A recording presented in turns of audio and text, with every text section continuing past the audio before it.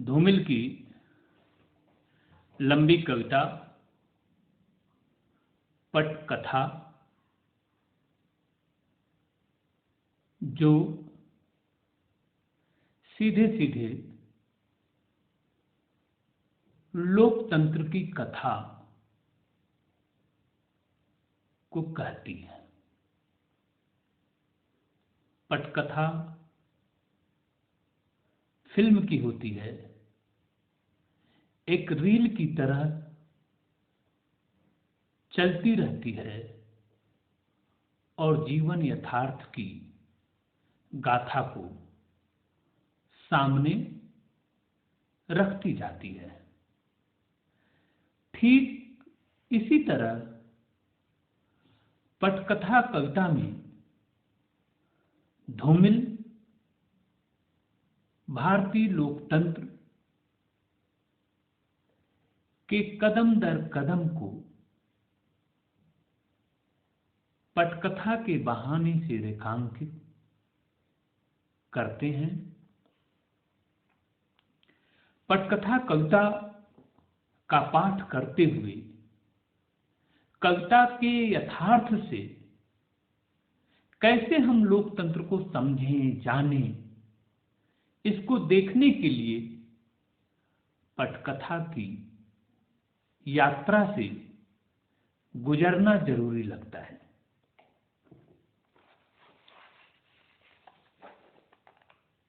जब मैं बाहर आया, मेरे हाथों में एक कविता थी और दिमाग में आंतों का एक्सरे।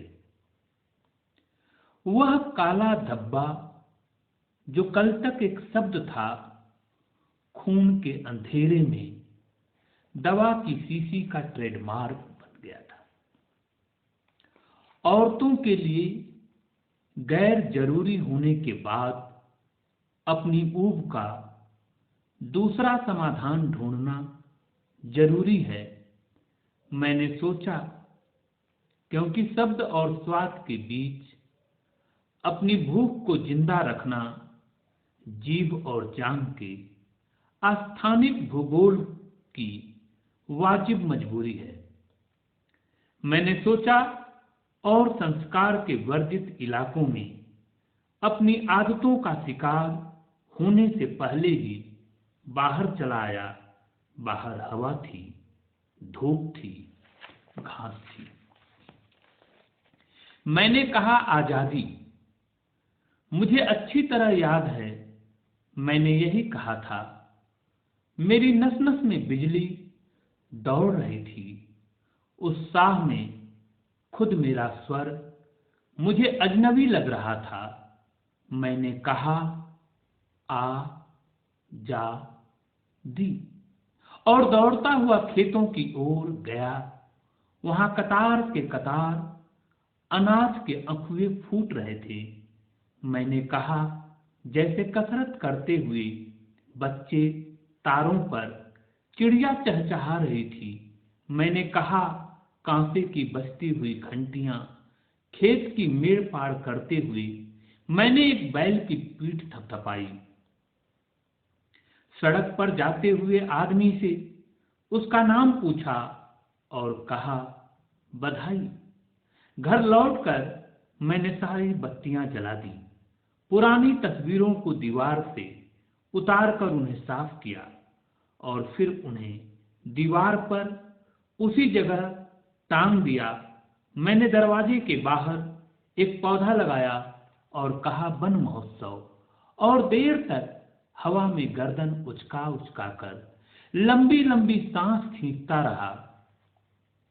देर तक महसूस करता रहा कि मेरे भीतर वक्त का सामना करने के लिए औसतन जवान खून है, मगर मुझे शांति चाहिए।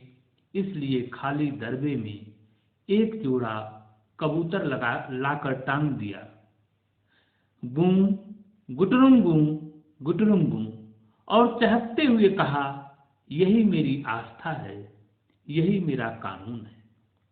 इस तरह जो था उसे मैंने जी भरकर प्यार किया और जो नहीं था उसका इंतजार किया।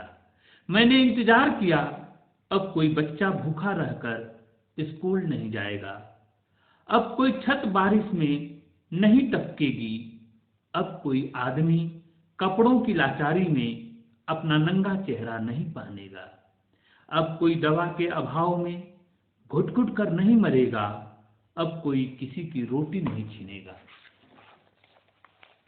कोई किसी को नंगा नहीं करेगा, अब यह जमीन अपनी है, आसमान अपना है, जैसा पहले हुआ करता था। सूर्य हमारा सपना है, मैं इंतजार करता रहा, इंतजार करता रहा, इंतजार करता रहा। जनतंत्र, त्याग, स्वतंत्रता, संस्कृति, शांति, मनुष्यता, ये सारे शब्द थे, सुनहरे वादे थे, खुशफहम इरादे थे, सुंदर थे, मौलिक थे, मुखर थे। मैं सुनता रहा, सुनता रहा, सुनता रहा, मतदान होते रहे। मैं अपनी सम्मोहित बुद्धि के नीचे उसी लोकनायक को बार बार चुनता रहा, जिसके पास हर शंका और हर सवाल का एक ही जवाब था, यानी कि कोट के बटन होल में महकता हुआ एक फूल गुलाब का। वह हमें विश्व शांति और पंचशील के सूत्र समझाता रहा। मैं खुद को समझाता रहा, जो मैं चाहता हूं वही होगा, होगा आज नहीं तो कल, मगर सब कुछ सही होगा। भीड़ बढ़ती चली, चौराहे चौड़े होते रहे, लोग अपने अपने हिस्से का अनाज खाकर निरापद भाव से बच्चे जनते रहे, योजनाएं चलती रहीं, बंदूकों के कारखानों में जूते बनते रहे, और जब कभी मौसम उतार पर होता था, हमारा संशय हमें कोसता था, हम उत्तेजित होकर पूछते थे, यह क्या है, ऐसा क्यों है। फिर बहसें होती थीं शब्दों के जंगल में, हम एक दूसरे को काटते थे, भाषा की खाई को जुबान से कम और जूतों से ज्यादा पाटते थे। कभी वह हारता रहा, कभी हम जीतते रहे, इसी तरह नोक झोंक चलती रही, दिन बीतते रहे। मगर एक दिन मैं स्तब्ध रह गया, मेरा सारा धीरज युद्ध की आग से पिघलती हुई बर्फ में बह गया। मैंने देखा कि मैदानों में नदियों की जगह मरे हुए सांपों की केचुलें बिछी हैं, पेड़ टूटे हुए रडार की तरह खड़े हैं, दूर दूर तक कोई मौसम नहीं है। लोग घरों के भीतर नंगे हो गए हैं और बाहर मुर्दे पड़े हैं। विधवाएं तमगा लूट रही हैं, सधवाएं मंगल गा रही हैं। वन महोत्सव से लौटी हुई कार्य प्रणालियां अकाल का लंगर चला रही हैं, जगह जगह तख्तियां लटक रही हैं। यह शमशान है, यहाँ की तस्वीर लेना सख्त मना है, फिर भी इस उजाड़ में कहीं कहीं घास का हरा होना कितना डरावना है। मैंने अचरज से देखा कि दुनिया का सबसे बड़ा बौद्ध मठ बारूद का सबसे बड़ा गोदाम है। अखबार के मटमैले हाशिए पर लेटे हुए एक तटस्थ और कोढ़ी देवता का शांतिवाद नाम है। यह मेरा देश है, यह मेरा देश है। हिमालय से लेकर हिंद महासागर तक फैला हुआ जली हुई मिट्टी का ढेर है, जहां हर तीसरी जुबान का मतलब नफरत है, साजिश है, अंधेरा है। यह मेरा देश है, यह मेरे देश की जनता है। जनता क्या, एक शब्द, सिर्फ एक शब्द है, कोहरा और कीचड़ के और कांच से बना हुआ एक ढेर है, जो दूसरों की ठंड के लिए अपनी पीठ पर ऊन की फसल ढो रही है। एक पेड़ है जो ढलान पर हर आती जाती हवा की जुबान में हाँ हाँ करता है, क्योंकि अपनी हरियाली से डरता है। गांवों के गंदे पनालों से लेकर शहर के सिवालों तक फैली हुई कथाकली की एक अमूर्त मुद्रा है। यह जनता, जनतंत्र में उसकी श्रद्धा अटूट है। उसको समझा दिया गया है कि यहाँ ऐसा जनतंत्र है जिसमें जिंदा रहने के लिए घोड़े और घास को एक जैसी छूट है। कैसी विडंबना है, कैसा झूठ है। दरअसल अपने यहाँ जनतंत्र यह एक ऐसा तमाशा है जिसकी जान मदारी की भाषा है। हर तरफ धुआं है, हर तरफ कुहासा है, और जो दांतों और दलदलों का दलाल है वही देशभक्त है। अंधकार में सुरक्षित होने का नाम है तटस्थता। यहाँ कायरता के चेहरे पर सबसे ज्यादा रक्त है। जिसके पास थाली है, हर भूखा आदमी उसके लिए सबसे भद्दी गाली है। हर तरफ कुआं है, हर तरफ खाई है। यहाँ सिर्फ वह आदमी देश के करीब है जो या तो मूर्ख है या फिर गरीब है। मैं सोचता रहा और घूमता रहा, टूटे हुए पुलों के नीचे, वीरान सड़कों पर, आंखों के अंधे रेगिस्तानों में, फटे हुए पालों की अधूरी जल यात्राओं में, टूटी हुई चीजों के ढेर में।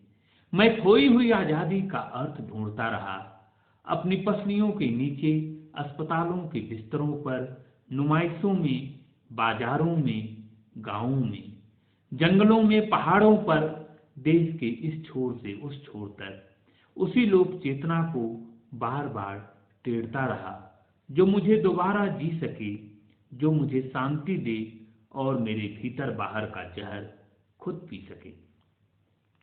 और तभी सुलग उठा पश्चिमी सीमांत, ध्वस्त ध्वस्त, ध्वांत ध्वांत। मैं दोबारा चौंक कर खड़ा हो गया। जो चेहरा आत्महीनता की स्वीकृति में कंधों पर लुढ़क रहा था, किसी झंझनाते हुए चाकू की तरह खुलकर कड़ा हो गया। अचानक अपने आप में जिंदा होने की यह घटना इस देश की परंपरा को एक बेमिसाल कड़ी थी, लेकिन इससे साहस मत कहो। दरअसल यह पुट्ठों तक चोट खाई हुई गाय की घृणा थी। जिंदा रहने की पुरजोर कोशिश जो उस आदमखोर की हविस से बड़ी थी, मगर उसके तुरंत बाद मुझे झेलनी पड़ी थी सबसे बड़ी ट्रेजेडी अपने इतिहास की, जब दुनिया के स्याह और सफेद चेहरों ने विस्मय से देखा कि ताशकंद में समझौते की सफेद चादर के नीचे एक शांति यात्री की लाश थी। और अब यह किसी पौराणिक कथा के उपसंहार की तरह है कि इस देश में रोशनी उन पहाड़ों से आई थी जहां मेरे पड़ोसी ने मात खाई थी। मगर फिर मैं वहीं चला गया, अपने जुनून के अंधेरे में, फूहड़ इरादों के हाथों चला गया। वहां बंजर मैदान कंकालों की नुमाइश कर रहे थे, गोदाम अनाज से भरे पड़े थे और लोग भूखों मर रहे थे। मैंने महसूस किया कि मैं वक्त के एक शर्मनाक दौर से गुजर रहा हूं। अब ऐसा वक्त आ गया है जब कोई किसी का झुलसा हुआ चेहरा नहीं देखता है। अब न तो कोई किसी का खाली पेट देखता है, न थरथराती हुई टांगें और न ढला हुआ सूर्यहीन कंधा देखता है। हर आदमी सिर्फ अपना धंधा देखता है। सबने भाईचारा भुला दिया है, आत्मा की सरलता को मारकर। मतलब के अंधेरे में एक राष्ट्रीय मुहावरे की बगल में सुला दिया है सहानुभूति और प्यार।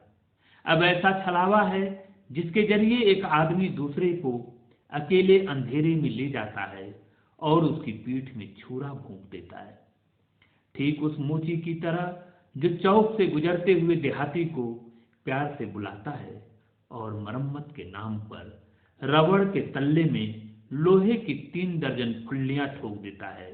उसके नहीं के बावजूद डपट कर पैसा वसूलता है। गरज यह कि अपराध अपने यहाँ एक ऐसा सदाबहार फूल है जो आत्मीयता की खाद पर लाल लाल भड़क फूलता है।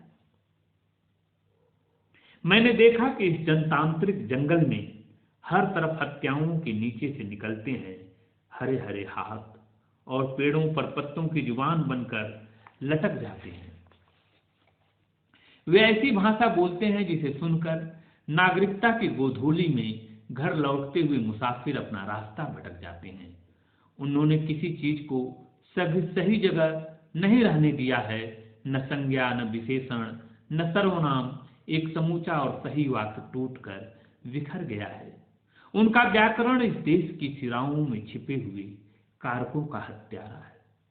उनकी सख्त पकड़ के नीचे भूख से मरा हुआ आदमी इस मौसम का सबसे दिलचस्प विज्ञापन है और गाय सबसे सटीक नारा है। वे खेतों में भूख और शहरों में अफवाहों के पुलिंदे फेंकते हैं। देश और धर्म और नैतिकता की दुहाई देकर कुछ लोगों की सुविधा दूसरों की हाय पर सीखते हैं। वे जिसकी पीठ ठोकते हैं उसकी रीढ़ की हड्डी गायब हो जाती है। वे मुस्कुराते हैं और दूसरों की आंख में झपटती हुई प्रतिहिंसा करवट बदल कर सो जाती है। मैं देखता रहा। हर तरफ ऊब थी, संशय था, नफरत थी, मगर हर आदमी अपनी जरूरतों के आगे असहाय था। उसमें सारी चीजों को नए सिरे से बदलने की बेचैनी थी। रोष था, लेकिन उसका गुस्सा एक तथ्यहीन मिश्रण था, आग और आंसू और हाय का। इस तरह एक दिन जब मैं घूमते घूमते थक चुका था, मेरे खून में एक काली आंधी दौड़ लगा रही थी। मेरी असफलताओं में सोए हुए वहसी इरादों को झकझोर कर जगा रही थी। अचानक नींद की असंख्य परतों में डूबते हुए मैंने देखा कि मेरी उलझनों के अंधेरे में एक हमशक्ल खड़ा है। मैंने उससे पूछा, तुम कौन हो? यहाँ क्यों आए हो? तुम्हें क्या हुआ है? तुमने पहचाना नहीं? मैं हिंदुस्तान हूं। हाँ, मैं हिंदुस्तान हूं। वह हंसता है, ऐसी हंसी कि दिल दहल जाता है, कलेजा मुंह को आता है और मैं हैरान हूं। यहाँ आओ, मेरे पास आओ, मुझे छुओ, मुझे जियो, मेरे साथ चलो, मेरा यकीन करो, इस दलदल से बाहर निकलो। सुनो, तुम चाहे जिसे सुनो चुनो, मगर इसे नहीं, इसे बदलो। मुझे लगा आवाज जैसे किसी जलते हुए कुएं से आ रही है।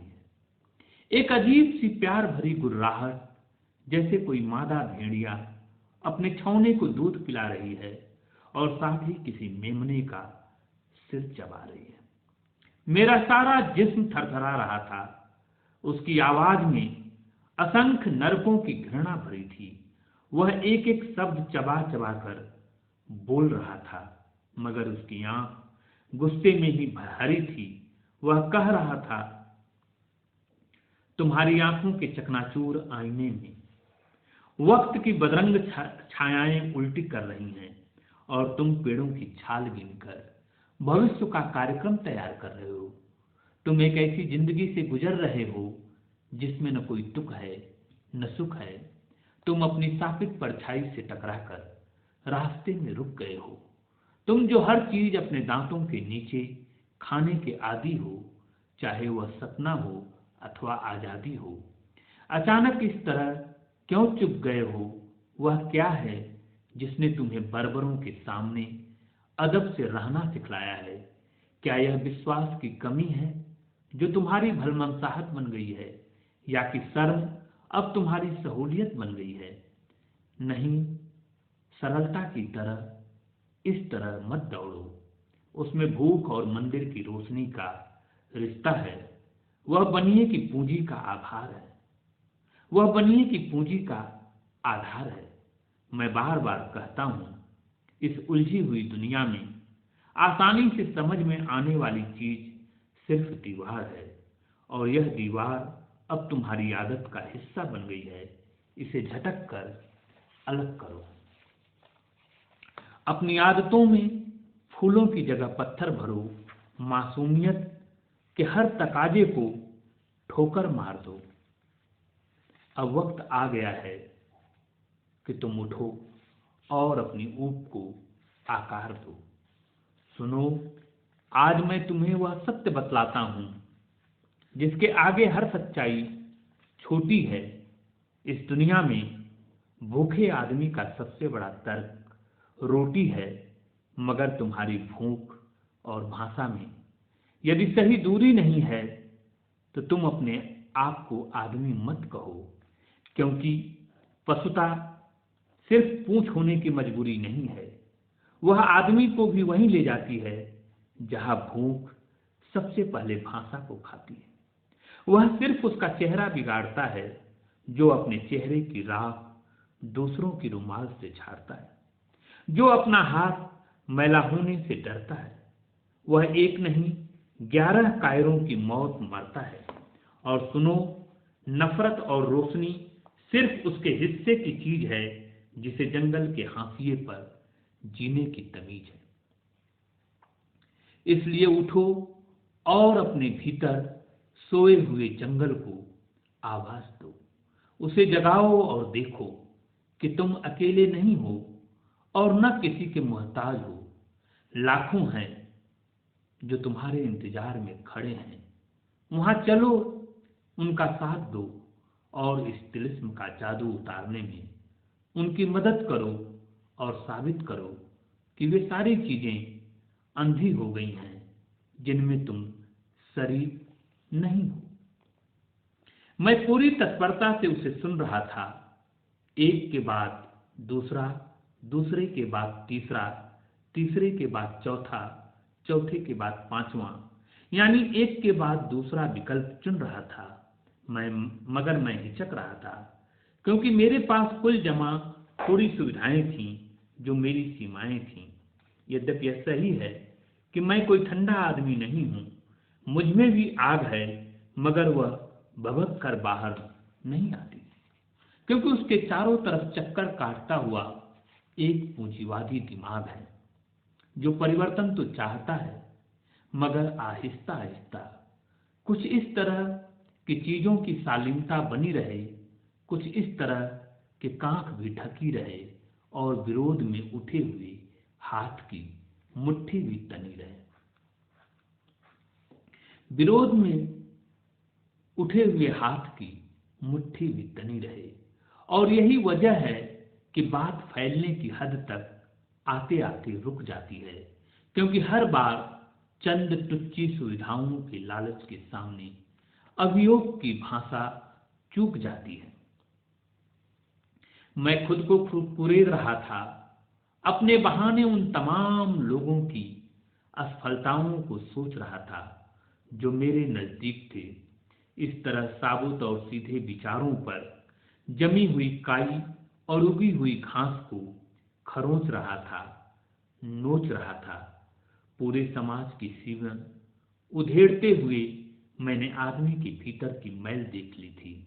मेरा सिर भिन्ना रहा था, मेरा हृदय भारी था, मेरा शरीर इस बुरी तरह थका था कि मैं अपनी तरफ घूरते हुए उस चेहरे से थोड़ी देर के लिए बचना चाह रहा था, जो अपनी पैनी आंखों से मेरी बेबसी और मेरा उथलापन ठा रहा था।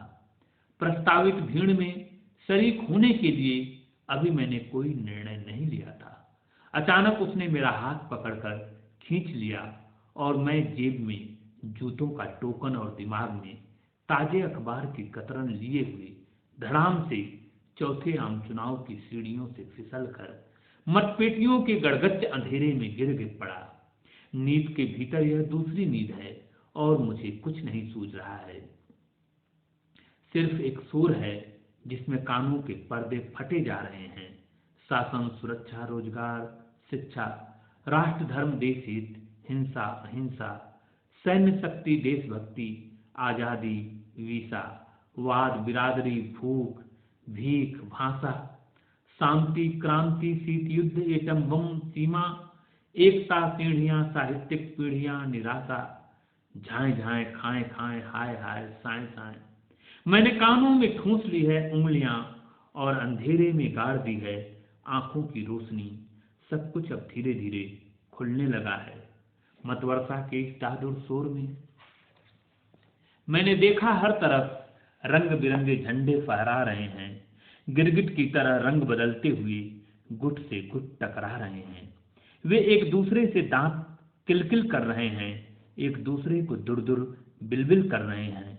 हर तरफ तरह तरह के जंतु हैं, श्रीमान किंतु हैं, मिस्टर परंतु हैं, कुछ रोगी हैं, कुछ भोगी हैं, कुछ हिजड़े हैं, कुछ जोगी हैं, तिजोरियों के प्रशिक्षित दलाल हैं, आंखों के अंधे हैं, घर के कंगाल हैं, गूंगे हैं, बहरे हैं, उथले हैं, गहरे हैं, गिरते हुए लोग हैं, अकड़ते हुए लोग हैं, भागते हुए लोग हैं, पकड़ते हुए लोग हैं।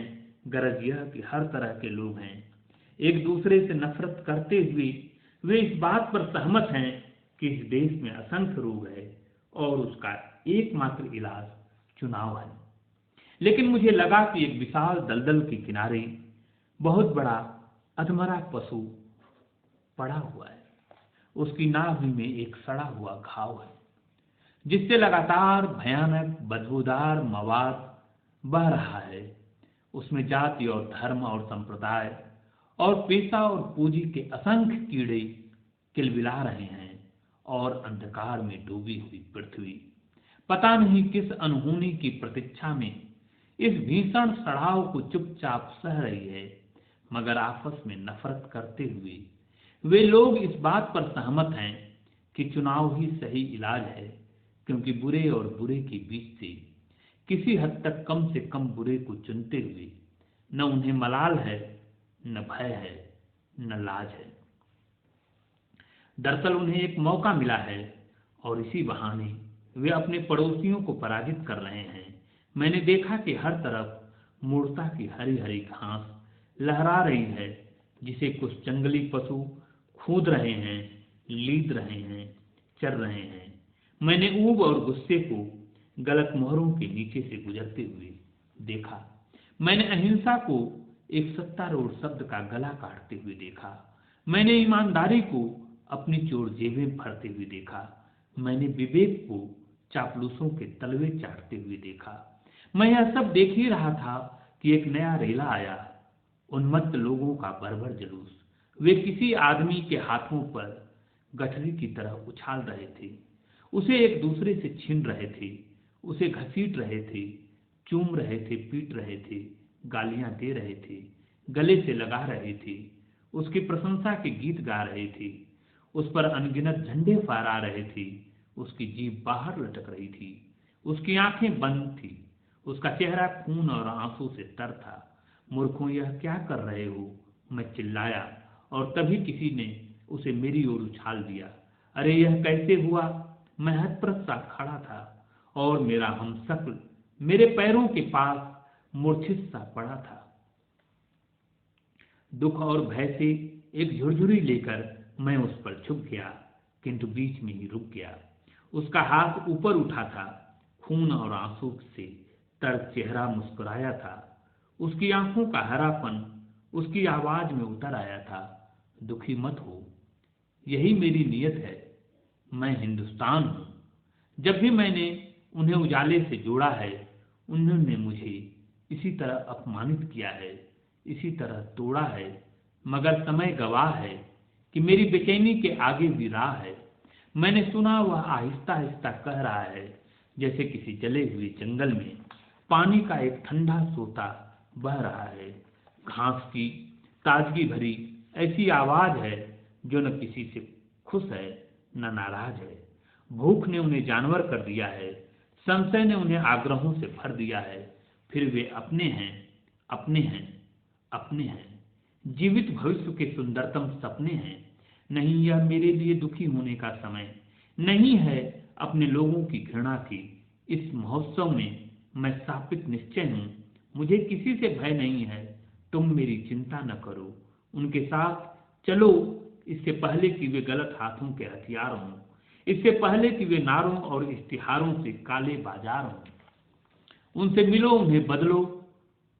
नहीं, भीड़ के खिलाफ रुकना एक खूनी विचार है, क्योंकि हर ठहरा हुआ आदमी इस हिंसक भीड़ का अंधा शिकार है।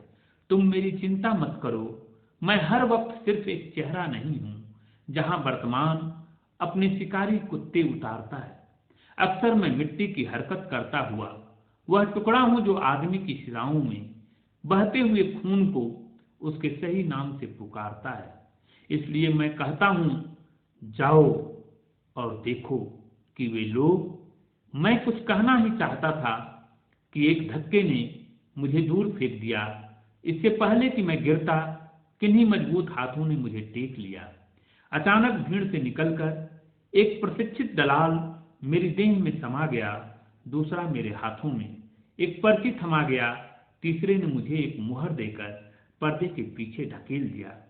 भय और अनिश्चय के दोहरे दबाव में पता नहीं कब और कैसे और कहां कितने नामों और चिन्हों और शब्दों को काटते हुए मैं चीख पड़ा, हत्यारा, हत्यारा, हत्यारा। मुझे ठीक ठीक याद नहीं मैंने यह किसको कहा था, शायद अपने आप को, शायद उस हमशक्ल को जिसने खुद को हिंदुस्तान कहा था, शायद उस दलाल को, मगर मुझे ठीक ठीक याद नहीं है। मेरी नींद टूट चुकी थी, मेरा पूरा जिस्म पसीने में सराबोर था। मेरे आसपास से तरह तरह के लोग गुजर रहे थे, हर तरफ हलचल थी, शोर था। कुछ लोग कह रहे थे कि इन दिनों एक खास परिवर्तन हुआ है, जनता जगी है, सब प्रभु की माया है। एक लंबे इंतजार के बाद चीजों का असली चेहरा उजाले में आया है और मैं चुपचाप सुनता हूं। हाँ, शायद मैंने भी अपने भीतर कहीं बहुत गहरे कुछ जलता हुआ सा छुआ है, लेकिन मैं जानता हूं कि जो कुछ हुआ है नींद में हुआ है और तब से आज तक नींद और नींद के बीच का जंगल काटते हुए मैंने कई रातें जाग कर गुजार दी हैं, हफ्तों पर हफ्ते तय किए हैं, अपनी परेशानी के निर्मम अकेले और बेहद अनमने क्षण जिए हैं। और हर बार मुझे लगा है कि कहीं कोई खास फर्क नहीं है, जिंदगी उसी पुराने ढर्रे पर चल रही है जिसके पीछे कोई तर्क नहीं है। हाँ, यह सही है कि इन दिनों कुछ अर्जियां मंजूर हुई हैं, कुछ तबादले हुए हैं, कल तक जो नहले थे आज दहले हुए हैं। हाँ, यह सही है कि इन दिनों मंत्री जब प्रजा के सामने आता है तो पहले से कुछ ज्यादा मुस्कुराता है, नए नए वादे करता है और यह सब सिर्फ घास के सामने होने की मजबूरी है, वरना उस भले मानुस को यह भी पता नहीं है कि विधानसभा भवन और अपने निजी बिस्तर के बीच कितने जूतों की दूरी है। हाँ, यह सही है कि इन दिनों चीजों के भाव कुछ चढ़ गए हैं, अखबारों के शीर्षक दिलचस्प हैं, नए हैं, मंदी की मार से पट पड़ी हुई चीजें बाजार में सहसा उछल गई हैं। हाँ, यह सही है कि कुर्सियां वही हैं, सिर्फ टोपियां बदल गई हैं और सच्चे मतभेद के अभाव में लोग उछल उछल कर अपनी जगहें बदल रहे हैं। चढ़ी हुई नदी में, भरी हुई नाव में हर तरफ विरोधी विचारों का दलदल है, सतहों पर हलचल है, नए नए नारे हैं, भाषण में जोश है, पानी ही पानी है, पर कीचड़ खामोश है।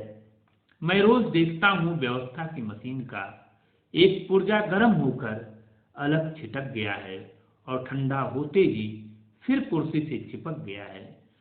उसमें न हया है न दया है, नहीं अपना कोई हमदर्द यहां नहीं है। मैंने एक एक को परख लिया है, मैंने हर एक को आवाज दी है, हर एक का दरवाजा खटखटाया है, मगर बेकार। मैंने जिसकी पूंछ उठाई है उसको मादा पाया है। वे सब के सब तिजोरियों की दुभाषिए हैं, वे वकील हैं, वैज्ञानिक हैं, अध्यापक हैं, नेता हैं, दार्शनिक हैं, लेखक हैं, कवि हैं, कलाकार हैं, यानी कि कानून की भाषा बोलता हुआ अपराधियों का एक संयुक्त परिवार है। भूख और भूख की आड़ में चबाई हुई चीजों का अक्स उनके दांतों पर ढूंढना बेकार है।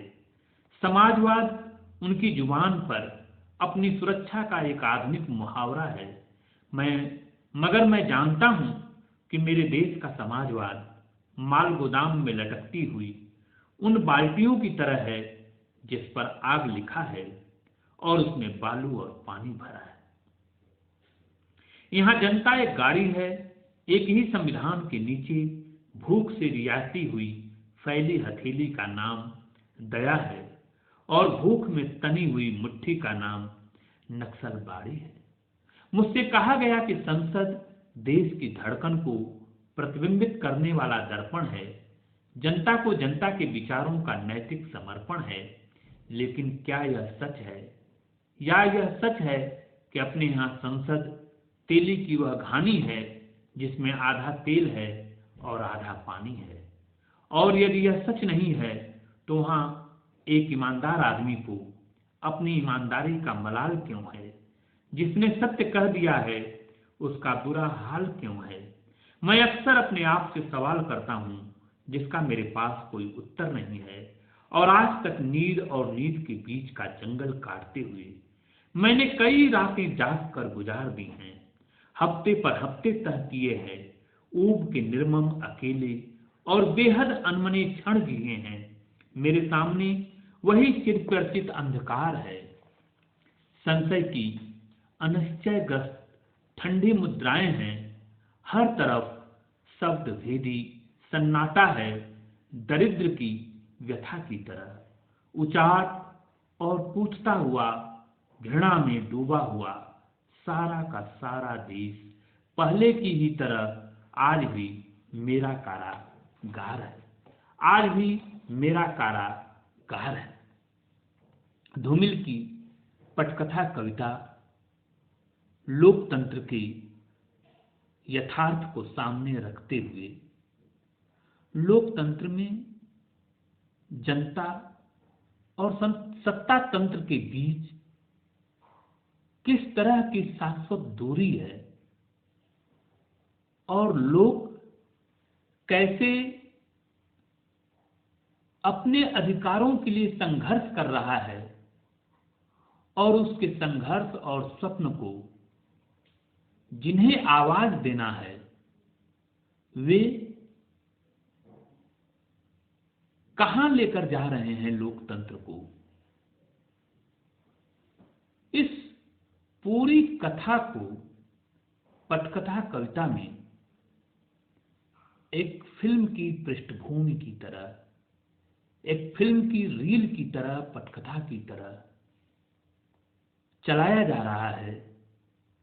कथा कभी बहुत